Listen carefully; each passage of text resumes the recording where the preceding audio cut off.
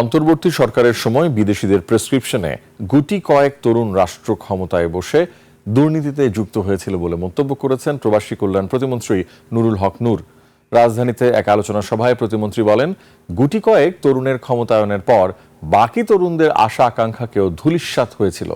তিনি বলেন, বর্তমান সরকার নারী ও তরুণদের ক্ষমতায়নের চেষ্টা করে যাচ্ছে এবং শিক্ষিত তরুণদের দক্ষ করে গড়ে তুলে বিদেশে কর্মসংস্থানের জন্য সর্বোচ্চ চেষ্টায় রয়েছে।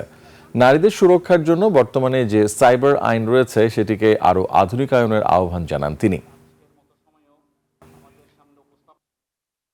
তরুণ যারা দেশ পুনর্গঠন, যেটা আপনারা 5ই আগস্ট থেকে 8 আগস্ট, একটা রাষ্ট্র কোনো প্রশাসক নাই, নেতৃত্বে কোনো আইন শৃঙ্খলা বাহিনী নাই, রাজনীতিবিদরা নাই, তারপরেও চলেছে, একটা ছিনতাই হয়নি, একটা মার্ডার হয়নি, সুন্দরভাবে চলেছে। সবাই স্বতঃস্ফূর্তভাবে দেশ পুনর্গঠনের কাজে অংশগ্রহণ করেছে। সেই মানুষের স্বপ্ন আকাঙ্ক্ষাকে ধূলিসাৎ করেছে।